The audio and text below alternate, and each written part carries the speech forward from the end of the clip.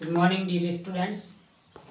Gayatri school Sanchore के YouTube channel में आपका स्वागत है। तो बायोलॉजी में अपन एक चैप्टर डिस्कस कर रहे थे, बायोटेक्नोलॉजी, जैव प्रौद्योगिकी, जिसमें अपन आनुवंशिक अभियांत्रिकी में एक उसका एक हिस्सा भाग था जिसका नाम है RDT, जिसको कहते हैं रिकॉम्बिनेंट डीएनए टेक्नोलॉजी। और उस रिकॉम्बिनेंट डीएनए टेक्नोलॉजी के माध्यम से अपन किसी भी वांछित गुण की जीन की क्लोनिंग कैसे कर सकते हैं उनके बारे में अध्ययन कर चुके थे।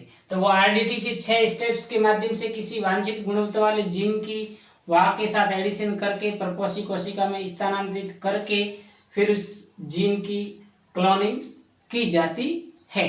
कि सर अब ये जो जीन क्लोनिंग हमने की है, इस जीन क्लोनिंग का किसी भी जीव में यदि उपयुक्त गुणवत्ता वाला जीन है, ठीक है, तो इस उपयुक्त गुणवत्ता वाले जीन को हमें लंबे समय तक सुरक्षित रखना है। जिस प्रकार से हमारे लाइब्रेरी के अंदर किताबें पड़ी रहती है लंबे समय तक, जब भी हमें रिक्वायरमेंट होती है कि हमें सेल एंड मॉलिक्यूलर बायोलॉजी की किताब पढ़नी है, तो अपन लाइब्रेरी के अंदर जा करके उस किताब को लेकर के क्या कर लेते हैं, अपनी स्टडी कर लेते हैं। तो ठीक उसी प्रकार से वांछित गुणवत्ता वाले जीन को अपन cDNA लाइब्रेरी और जीनोमिक लाइब्रेरी में परिवर्तित करके जब हमें रिक्वायरमेंट पड़े तब इसकी उस लाइब्रेरी से इसको अपन हासिल कर सकते हैं। तो उसी से आगे RDT से रिलेटेड ही आपका टॉपिक है आज का, वो रहेगा cDNA library, that is complementary DNA library, या इसको हिंदी में कहना चाहे तो पूरक डीएनए लाइब्रेरी। और दूसरी लाइब्रेरी है वो आपकी है जीनोमिक लाइब्रेरी। ठीक है, अब इस दो लाइब्रेरियों के बारे में अपन आज है वो अध्ययन करेंगे कि दोनों लाइब्रेरी क्या है। अब इन दोनों प्रकार की लाइब्रेरी को समझने से पहले आपने 11वीं क्लास में पढ़ा होगा central dogma of the molecular biology, यानी कि आणविक जीव विज्ञान का केंद्रीय सिद्धांत, जिसका प्रतिपादन है वो क्रिक नामक वैज्ञानिक ने किया था। क्या है सेंट्रल डॉग्मा? सिंपल सा है कि ये आपका डीएनए है, ठीक है, डीएनए से बनता है mRNA। इस प्रकार डीएनए से mRNA बनने की प्रक्रिया को ट्रांसक्रिप्शन या अनुलेखन कहते हैं। और mRNA के बाद अनुवादन की क्रिया के द्वारा क्या बनता है? प्रोटीन बनता है। तो mRNA से प्रोटीन बनना अनुवादन कहलाता है। इस प्रकार से unidirectional flow of the gene, यानी कि जीन के स्थानांतरण का एक फ्लो है, वो कैसा है? यूनिडायरेक्शनल, एक दिशीय। इसको आणविक जीव विज्ञान का केंद्रीय सिद्धांत कहते हैं। डीएनए से mRNA बनना अनुलेखन कहलाता है, और mRNA से प्रोटीन का बनना क्या कहलाता है? अनुवादन कहलाता है। तो ये सिंपल सा इनको समझाने की मेरा मतलब ये है कि cDNA लाइब्रेरी, या इसको कहते हैं कॉम्प्लीमेंट्री डीएनए। कॉम्प्लीमेंट्री का मतलब पूरक डीएनए। तो पूरक डीएनए प्राप्त करना हमें cDNA लाइब्रेरी बनानी है, तो क्या करना पड़ेगा कि ये जो डीएनए है ये आपका, ये डीएनए, इस डीएनए से क्या बना? mRNA। अब इस mRNA से क्या बनाना है? वापिस पुनः क्या बनाना है? डीएनए बनाना, पुनः डीएनए बनाना है। तो वापिस ये तो अनुलेखन इस तरफ हो रहा था, अब ये अनुलेखन कैसा हो रहा है? विपरीत हो रहा है। और विपरीत हो रहा है, इसको कहते हैं रिवर्स। क्या करें? तो रिवर्स ट्रांसक्रिप्शन हो रहा है। पुनः अनुलेखन की प्रक्रिया के द्वारा mRNA से डीएनए बनता है, और mRNA से विपरीत दिशा में जब डीएनए बढ़ता है तो इस प्रक्रिया को कहते हैं। अब mRNA के द्वारा mRNA से विपरीत दिशा में रिवर्स ट्रांसक्रिप्शन की प्रक्रिया के माध्यम से जो डीएनए बनता है उसी डीएनए को अपन कहते हैं cDNA या कॉम्प्लीमेंट्री पूरक डीएनए के नाम से जाना जाता है। तो सर ऐसा क्यों होता है? ऐसे करने के लिए कौन उत्तरदायी है? तो यहाँ पर एक एंजाइम काम करता है जिसका नाम है RTase। और ये RTase एंजाइम, मैंने उसमें टूल्स ऑफ RDT पढ़ाया था, तब उसमें बताया था कि RT एक एंजाइम है जिसको कहते हैं रिवर्स ट्रांसक्रिप्टेज एंजाइम। और ये रिवर्स ट्रांसक्रिप्टेज एंजाइम mRNA से डीएनए को संश्लेषित करने का क्या करता है? काम करता है। इस प्रकार mRNA से RTase एंजाइम की उपस्थिति में जो डीएनए संश्लेषित होता है वही आपका डीएनए कौन सा है? cDNA। ठीक है, कि सर अब ये cDNA लाइब्रेरी तैयार कैसे की जाती है, इसके क्या क्या स्टेप है, और इसकी डेफिनेशन हम लिखना चाहे तो कैसे लिखेंगे? तो वो डेफिनेशन अभी यहाँ पर मैंने लिख दी, अभी पढ़ के बता दूंगा मैं आपको। तो अपन पहले बात करेंगे cDNA लाइब्रेरी की। यहाँ पर जो परिभाषा मैंने लिख रखी है वो cDNA लाइब्रेरी की है। इस प्रकार की लाइब्रेरी का निर्माण mRNA की सहायता से किया जाता है और इस लाइब्रेरी में केवल एक्सॉन या कोडिंग अनुक्रम ही सम्मिलित होते हैं। बहुत इंपॉर्टेंट चीज है। cDNA में केवल और केवल ये जो डीएनए का अनुक्रम है, इस डीएनए में दो चीजें होती है, एक एक्सॉन होते हैं, दूसरे इंट्रॉन होते हैं, एक्सॉन और इंट्रॉन। तो एक्सॉन है वो इसकी कोडिंग सीक्वेंस है और इंट्रॉन है वो नॉन कोडिंग सीक्वेंस है। तो cDNA लाइब्रेरी में जो mRNA अपन काम में ले रहे हैं उसका केवल और केवल एक्सॉन या कोडिंग अनुक्रम ही काम में आता है। आगे बात समझ में? ओके। अब इसकी cDNA लाइब्रेरी की परिभाषा क्या है? परिभाषा कि जीन क्लोनिंग द्वारा, तो सर जीन क्लोनिंग कैसे करते हैं? इससे पहले मैंने आपको बताया था कि RDT रिकॉम्बिनेंट डीएनए टेक्नोलॉजी के द्वारा जीनों की क्या की जाती है? क्लोनिंग। जीन क्लोनिंग द्वारा किसी जीव के समस्त पूरक डीएनए को परपोषी कोशिका में निवेशित करवाकर संधारित्र करने को cDNA लाइब्रेरी कहते हैं। यानी कि जीन क्लोनिंग के द्वारा किसी जीव का पूरा डीएनए लेना, संपूरक डीएनए, पूरक डीएनए, कॉम्प्लीमेंट्री डीएनए लिया और इस कॉम्प्लीमेंट्री डीएनए को लेकर के किसी परपोषी कोशिका के अंतर्गत क्या किया? स्थानांतरित किया। और स्थानांतरित हो जाता है उसके बाद क्या वास्तव में cDNA है या नहीं? तो इनकी मॉलिक्यूलर प्रोब्स आते हैं, ठीक है। जो मॉलिक्यूलर प्रोब क्या आते हैं कि cDNA बना या नहीं बना, जीनोमिक लाइब्रेरी बड़ी या नहीं बड़ी, इसकी पहचान करवाने, न्यूक्लिक अम्लों की पहचान करवाने में क्या करते हैं? सहायता प्रदान करते हैं। तो अब ये तो होगी इसकी डेफिनेशन। mRNA की जरूरत पड़ेगी cDNA लाइब्रेरी को संश्लेषित करने के लिए। एक cDNA लाइब्रेरी को निर्मित करने के निम्न चरण होते हैं, उस चरणों के बारे में अपन वन बाय वन डिस्कस करेंगे। अभी आप इतना है वो नोट कर लें।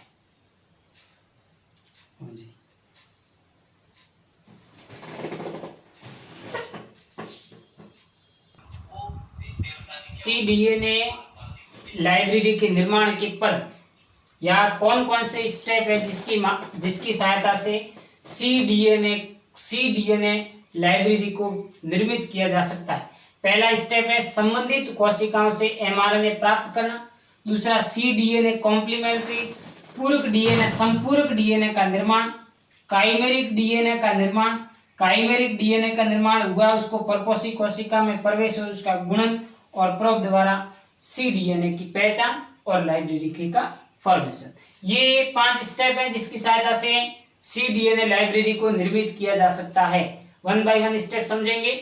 संबंधित कोशिका से mRNA प्राप्त करना, यानी कि सबसे पहले मैंने आपको बताया था कि ये है डीएनए, ठीक है, ये है डीएनए और डीएनए में अनुलेखन की क्रिया के द्वारा बनता है mRNA। और जब अपन ने ये cDNA लाइब्रेरी की परिभाषा बताई थी तब के इस प्रकार की लाइब्रेरी को mRNA से है निर्मित किया जाता है, mRNA से बनाया जाता है। तो यहाँ पर बताया कि डीएनए अनुलेखन की प्रक्रिया के द्वारा mRNA को संश्लेषित करने का क्या करता है? काम करता है। तो सर इस mRNA को हमें प्राप्त कहाँ से करना? जिस जीव की, जीव पादप हो सकता है, जंतु हो सकता है, जिस जीव की हमें cDNA लाइब्रेरी निर्मित करनी है उस जीन से इसको क्या कर लेंगे? आइसोलेट कर लेंगे। जैसे जीन प्रोटीन विशेष के जीन या डीएनए की क्लोनिंग करना चाह रहे हैं, मतलब cDNA लाइब्रेरी बनाना चाहते हैं, उसके डीएनए को संबंधित कोशिका से क्या करेंगे? प्राप्त करेंगे। जैसे पादप की बात करें तो पर्ण है या फिर इसकी विभज्योत कोशिका है, तना है, जिसका आप cDNA लाइब्रेरी बनाना चाहते हैं उस भाग का सबसे पहले आइसोलेट क्या करोगे? डीएनए करोगे। स्तनधारियों में बात करें तो ईग सेल, अंड कोशिका को आप लेकर के उसका क्या करोगे? डीएनए आइसोलेट करोगे। डीएनए आइसोलेट करोगे तो हमारे पास एक टेक्निक्स है डीएनए से mRNA बनाने की, अनुलेखन की प्रक्रिया के द्वारा क्या निर्मित कर लिया जाएगा? mRNA। आगे बात समझ में? तो पहला स्टेप है जिस कोशिका की हम cDNA बनाना चाहते हैं उस संबंधित कोशिका का सबसे पहले mRNA प्राप्त करना। mRNA प्राप्त करने के लिए सबसे पहले हमें डीएनए का आइसोलेशन करना पड़ेगा और डीएनए आइसोलेट करने की अलग अलग विधियां हैं। रैपिड मेथड है, C-टैब मेथड के माध्यम से उस जीव के ऑर्गन से आप डीएनए आइसोलेट कर सकते हैं और डीएनए आइसोलेट हो जाता है उसके बाद आप क्या बना देंगे? mRNA। और mRNA से cDNA कैसे बनेगा? दूसरा सी डीएनए का निर्माण। सी डीएनए का निर्माण, अब सी डीएनए का निर्माण कैसे होगा, ये अभी पहले जब सेंट्रल डोग्मा बताया उसमें बताया था कि जो ये आपका डीएनए से एमआरएनए और एमआरएनए से प्रतिगामी प्रोसेस होगा, रिवर्स प्रोसेस होगा। किसका, पहले क्या बन रहा था, डीएनए से एमआरएनए बन रहा था, अब यहां पर क्या बन रहा है, एमआरएनए से वापस पुनः क्या बन रहा है, सीडीएनए। तो इस प्रक्रिया को इस प्रकार एमआरएनए से पुनः सीडीएनए का बनना प्रतिगामी अनुलेखन कहलाता है। और प्रतिगामी अनुलेखन की इस क्रिया को संपादित करने के लिए यहाँ पर एक एंजाइम काम करता है, बहुत इंपॉर्टेंट चीज है, एंजाइम काम करता है। उस एंजाइम का नाम है RTase, that is reverse transcriptase enzyme. और ये रिवर्स ट्रांसक्रिप्टेज एंजाइम इस एमआरएनए को पुनः प्रतिगामी अनुलेखन की क्रिया के द्वारा सीडीएनए को निर्मित करने का क्या करता है, काम करता है। तो इस प्रकार से सीडीएनए का निर्माण है वो ऐसे होता है। उल्टा सेंट्रल जो डोग्मा है वो क्या चलेगा, रिवर्स चलेगा। और ये जो आरटीएज एंजाइम है वो प्राकृतिक रूप से रिट्रोवायरस को अंतर्गत है वो मिलता है, वहां से आइसोलेट किया जाता है। तीसरा है काइमेरिक डीएनए का निर्माण। काइमेरिक डीएनए का निर्माण, कैसा काइमेरिक डीएनए का निर्माण कैसे करेंगे, तो वापस पुनः आप आईडीटी के पद याद कीजिए कि ये आपका सीडीएनए, वहां पर अपन जीन की बात कर रहे थे, यहाँ पर अपन सीडीएनए संश्लेषित कर रहे हैं। तो ये सीडीएनए, मान लो ये सीडीएनए हमारे पास है, ठीक है। अब इस सीडीएनए को किसी वेक्टर डीएनए के साथ क्या करना है, ऐड करना। ये सीडीएनए और ये वेक्टर डीएनए, इन दोनों को आपस में ऐड करना। और ऐड करने के लिए हमारे पास एक एंजाइम है, ये भी पहले मैंने आपको बता दिया था, लाइगेज एंजाइम। ये लाइगेज एंजाइम सीडीएनए और वाग डीएनए को आपस में क्या कर देगा, कंबाइन कर लेगा, जोड़ देगा, और आपके काइमेरिक डीएनए का क्या हो जाएगा, निर्माण हो जाएगा। अब काइमेरिक डीएनए बन गया। अब इस काइमेरिक डीएनए, ये जो काइमेरिक डीएनए, ये मान लिया आपका कौन सा डीएनए, काइमेरिक डीएनए। अब इस काइमेरिक डीएनए को किसी परपोषी होस्ट कोशिका के अंतर्गत क्या करोगे, स्थानांतरित करोगे। वापिस वही आरडीटी के पद है, कोई ज्यादा इसमें हार्ड एंड फास्ट रखने वाली बात नहीं है। निर्मित कर लिया, काइमेरिक डीएनए बना लिए, काइमेरिक डीएनए बन गया। अब इस काइमेरिक डीएनए को हमें स्थानांतरित करना है, किसमें, परपोषी कोशिका में। परपोषी कोशिका कोई भी ऑर्गेनिज्म, बैक्टीरिया हो सकता है, उसके अंदर स्थानांतरित करने की विधि आपको पहले बता दी, अंतः सूक्ष्म माइक्रो प्रोजेक्टाइल विधि और सूक्ष्म इंजेक्शन, माइक्रो इंजेक्शन के माध्यम से इस काइमेरिक डीएनए को उस परपोषी कोशिका के अंदर है वो प्रवेशित करवा लिया जाता है। और यहीं पर फिर इस सी डीएनए का क्या होगा, गुणन होगा, मल्टीप्लीकेशन होगा, किसका, सी डीएनए का। दूसरा, परपोषी कोशिका में अपने इसको क्या करवा दिया, प्रवेशित करवा दिया, किसको, काइमेरिक डीएनए को। और काइमेरिक डीएनए के साथ कौन सा डीएनए जुड़ा हुआ है, सी डीएनए। और सी डीएनए, हमें इसका सी डीएनए की कॉपियां क्या करनी है, तैयार करनी है। पांचवा, प्रोब द्वारा पहचान और लाइब्रेरी का निर्माण। अब वहां पर अपन किसकी, आरडीटी टेक्नोलॉजी में अपन किसकी पहचान कर रहे थे, रूपांतरित कोशिका की। क्या हमने जो वांछित गुणवत्ता वाला जीन परपोषी कोशिका में स्थानांतरित किया है वो रूपांतरित वास्तव में हुआ या नहीं हुआ। और इसकी पहचान करने के लिए वहां पर जीन काम कर रहे थे, मार्कर जीन और रिपोर्टर जीन, जिसकी सहायता से अपन रूपांतरित कोशिका की क्या कर लेते थे, पहचान कर लेते थे। अब यहाँ पर क्या है, प्रोब है। प्रोब की सहायता से पहचान करेंगे कि उस परपोषी कोशिका के अंदर इस सी डीएनए का संश्लेषण या मल्टीप्लीकेशन, इसकी कॉपियां तैयार हुई या नहीं हुई। तो इसको के सर ये प्रोब क्या होते हैं, प्रोब क्या करते हैं, जैसे कि ये प्रोब की परिभाषा मैंने यहाँ पर लिखी कि प्रोब्स की सहायता से जीन में उपस्थित सी डीएनए की क्या की जाती है, पहचान की जाती है। इसे आणविक प्रोब के नाम से जाना जाता है। जिस एज ए मार्कर जीन, जिस प्रकार से आरडीटी में मार्कर जीन काम करते हैं, ठीक उसी प्रकार से सीडीएनए और जीनोमिक लाइब्रेरी में आपके मॉलिक्यूलर प्रोब्स है वो कार्यरत होते हैं, जो सीडीएनए फ्रेगमेंट की पहचान करवाने में सहायता प्रदान करते हैं। और इसी प्रोब्स दो प्रकार के होते हैं। यदि सीडीएनए की पहचान करनी होती है, सीडीएनए की, तो डीएनए प्रोब्स, आरएनए के लिए हो जाएंगे आपके आरएनए प्रोब्स। तो इस प्रकार से प्रोब की सहायता से सीडीएनए का क्या हो जाएगा, आइडेंटिफिकेशन हो जाएगा। जैसे ही पहचान हो जाएगी तो हमें पता चल जाएगा कि बिल्कुल ही बहुत सारे सीडीएनए बन गए। और इस प्रकार से बनी लाइब्रेरी, इस प्रकार बनी लाइब्रेरी या विकसित की गई लाइब्रेरी को हम cDNA लाइब्रेरी के नाम से जाना जाता है। तो ये थी आपकी cDNA लाइब्रेरी और इसके स्टेप। अगली लाइब्रेरी है वो है जीनोमिक लाइब्रेरी। पहले अपन ने डिस्कस कर लिया cDNA लाइब्रेरी और दूसरी है जीनोमिक लाइब्रेरी। कि सर cDNA लाइब्रेरी और जीनोमिक लाइब्रेरी दोनों में अंतर क्या है?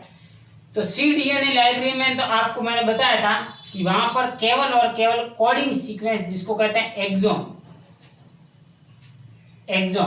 वो काम में आते हैं। यानी कि उस cDNA लाइब्रेरी को निर्मित करने के लिए जिस जीन का जो टुकड़ा आप ले रहे हैं उसकी कोडिंग सीक्वेंस के रूप में एक्सोन है वो काम में लिए जाते, सम्मिलित होते हैं। लेकिन जीनोमिक लाइब्रेरी नाम से स्पष्ट है, जीनोम, यहां सब क्या है, जीनोम।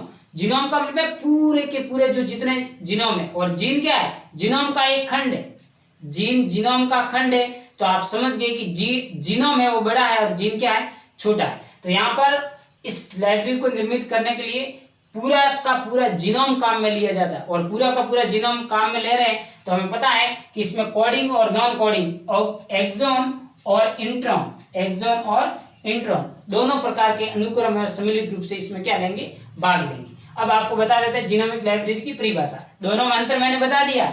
एक cDNA लाइब्रेरी में केवल और केवल कोडिंग सीक्वेंस भाग लेती है, और जीनोमिक लाइब्रेरी पूरा बड़ा जीनोम है तो वहां पर कोडिंग और नॉन कोडिंग दोनों ही अनुक्रम है वो इसमें सम्मिलित होंगे, फॉर एक्सोन और इंट्रॉन। किसी भी जीव के संपूर्ण जीनोम को क्लोनित खंडों का संग्रहण जीनोमिक लाइब्रेरी के नाम से जाना जाता है। जीनोम के क्लोनित खंडों का नाम से स्पष्ट है, जीनोम के क्लोनित खंड, क्लोनिंग मतलब जीन की क्लोनिंग तैयार करके पूरे किसी भी एक जीव के पूरे जीनोम को आप में लाइब्रेरी के अंदर रख करके सुरक्षित करके रखा हुआ। इस प्रकार संग्रहण करके जो लाइब्रेरी तैयार की जाती है जीनोमिक लाइब्रेरी के नाम से जाना जाता है। एक जीनोमिक लाइब्रेरी में वे सभी अनुक्रम सम्मिलित होते हैं जो कोडिंग एवं नॉन कोडिंग सीक्वेंस होती है। तो ये मैंने पहले ही बता दिया। इस प्रकार जीनोमिक लाइब्रेरी का निर्माण एक पूरे जीनोम के द्वारा किया जाता है। तो आपको जीनोमिक लाइब्रेरी तैयार करनी है तो किसी भी जीव का होल जीनोम यानी कि पूरे के पूरे जीनोम को क्या करना पड़ेगा, यूज में लेना पड़ेगा, जिसमें कोडिंग और नॉन कोडिंग सीक्वेंस दोनों ही क्या होगी, मौजूद होगी। अब है जीनोमिक लाइब्रेरी आप कैसे तैयार करेंगे। ठीक है, इसमें मैंने वर्णन नहीं किया, वैसे ही आपको स्टेप बताता। सबसे पहले डीएनए को पृथक करके टुकड़ों में तोड़ना। मान लो कोई ऑर्गेनिज्म है, मान लो कोई प्लांट है, ठीक है, कोई भी XYZ प्लांट हो सकता है। उस प्लांट की आप जीनोमिक लाइब्रेरी तैयार करना चाहते हैं, और उस जीनोमिक लाइब्रेरी जड़, तना, पत्तियां कोई भी प्लांट का भाग ले सकते हैं। और वहां से आपको सबसे पहले क्या करना पड़ेगा, डीएनए का आइसोलेशन, डीएनए को पृथक करना पड़ेगा। और डीएनए को पृथक करने के लिए अलग अलग मेथड है, वो आपके सिलेबस में नहीं है। डीएनए आइसोलेट करोगे और डीएनए आइसोलेट करने के बाद इसका क्या करना है, पृथक करना है। क्या करना है, टुकड़े टुकड़े छोटे छोटे टुकड़े करना है। पूरा होल जीनोम है तो पूरे होल जीनोम को क्या करना है, तोड़ना है। और तोड़ने के लिए यहाँ पर एक एंजाइम काम करता है, रेस्ट्रिक्शन एंडोन्यूक्लियस एंजाइम। ठीक, ये पहले आरडीटी में भी अपन पढ़ चुके हैं। तो डीएनए को पृथक करना, और पृथक करने के बाद उसके टुकड़े को क्या करना, तोड़ना। और टुकड़ों को तोड़ने के लिए यहाँ पर स्पेसिफिक एक एंजाइम काम करता है, रेस्ट्रिक्शन एंडोन्यूक्लियस एंजाइम। ओके, दूसरा काइमेरिक डीएनए का निर्माण। अब रही बात, अपन ने रेस्ट्रिक्शन एंडोन्यूक्लियस एंजाइम की सहायता से डीएनए के टुकड़ों को क्या कर दिया, विखंडित कर लिया। अब इस डीएनए के टुकड़े को किसी वेक्टर के साथ क्या करेंगे, बाइंड करेंगे। और बाइंड जोड़ने के लिए यहाँ पर एंजाइम काम करता है, कौन सा, लाइगेज। लाइगेज एंजाइम की सहायता से किसी जीव के डीएनए के पृथक किए हुए टुकड़े को अपन वेक्टर के साथ क्या करेंगे, बाइंडिंग करेंगे, जिसे क्या कहते हैं, लाइगेज एंजाइम की सहायता से क्या किया जाएगा, जोड़ा जाएगा। अब इसके द्वारा ये फ्रेगमेंट और वेक्टर दोनों सम्मिलित रूप से मिलकर के एक काइमेरिक डीएनए क्या बढ़ जाएगा। अब इस काइमेरिक डीएनए को हमें होस्ट सेल के अंदर क्या करना, प्रवेशित करवाना। जैसे इसका स्थानांतरण होगा तो वहां पर गुणन होगा, किसका, जीनोम का। किसका गुणन होगा, वहां पर cDNA का हो रहा है, यहाँ पर किसका जीनोम, मल्टीप्लीकेशन होगा जीनोम का। अब प्रोब्स के द्वारा पहचान करनी और लाइब्रेरी का निर्माण। अब प्रोब से हमारे पास डीएनए के प्रोब से, आरएनए के प्रोब से, उस मॉलिक्यूलर प्रोब्स की सहायता से अपन पहचान करेंगे कि वास्तव में उस पर्पोसी कोशिका के अंदर इस जीनोम का मल्टीप्लिकेशन हुआ या नहीं हुआ। यदि हुआ है तो आप उस जीनोम को लेकर के इसका क्या कर सकते हैं, लाइब्रेरी के अंदर संग्रहण कर सकते हैं। तो इस प्रकार बनी लाइब्रेरी को जीनोमिक लाइब्रेरी के नाम से जाना जाता है। एक डायग्रामेटिक तरीके से बता देता हूं आपको कि किस प्रकार से है वो जीनोमिक लाइब्रेरी तैयार होती है।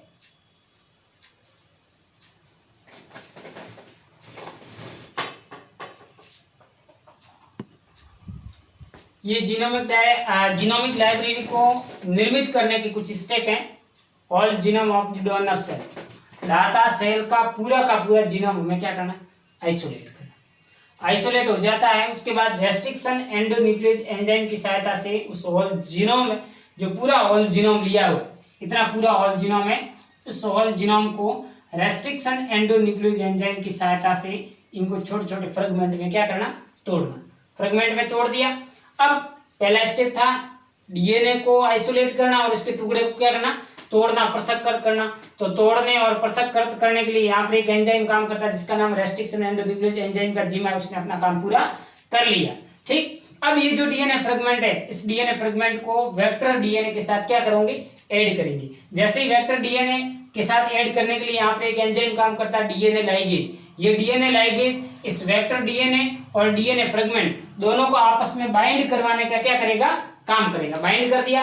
अब ये जो बाइंड हो गया है, ये बाइंड है वो आपका रिकॉम्बिनेंट डीएनए, यानी कि काइमेरिक डीएनए, वांछित गुणवत्ता वाला डीएनए क्या हो गया, संश्लेषित हो गया। तो circular recombinant DNA, chimeric DNA बन गया।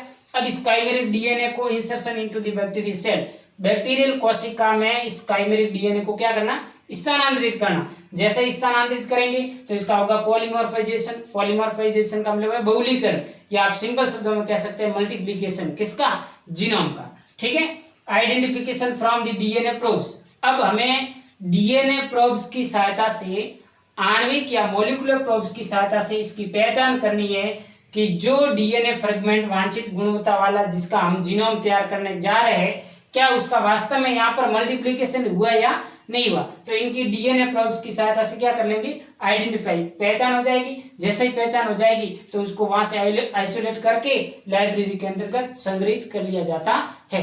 तो इस प्रकार इन स्टेप से जो इस प्रकार निर्मित होने वाली लाइब्रेरी को क्या कहते हैं, जीनोमिक लाइब्रेरी के नाम से जाना जाता है। अब यहाँ पर एक शब्द आया प्रोब्स, और मैंने एक यहाँ पर परिभाषा लिखी है आणविक प्रोब्स की। आणविक प्रोब क्या होते हैं, डीएनए या आरएनए के खंड जिसकी सहायता से किसी भी जीव में उपस्थित सी डीएनए और सी आरएनए की पहचान की जा सकती है।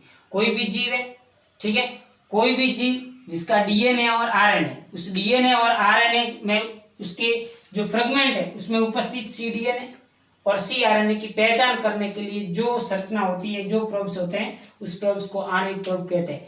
डीएनए की पहचान करनी है, सी डीएनए फ्रेगमेंट की पहचान करनी है तो सी डीएनए प्रोब्स होंगे। आरएनए की पहचान करनी है तो क्या होंगे, आरएनए प्रोब्स होंगे। जिस प्रकार से वहां मार्कर जीन काम कर रहे थे, उसी प्रकार यहाँ पर जीनोम और सी डीएनए को आइडेंटिफाई या पहचान करने के लिए आपके प्रोब्स, आणविक प्रोब काम में लिए जाते हैं।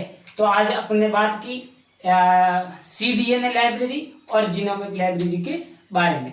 अगले टॉपिक में अपन डिस्कस करेंगे आरडीटी की कुछ टेक्निक्स हैं, उनका किस प्रकार से अपन हैंडल करते हैं उसके बारे में। धन्यवाद।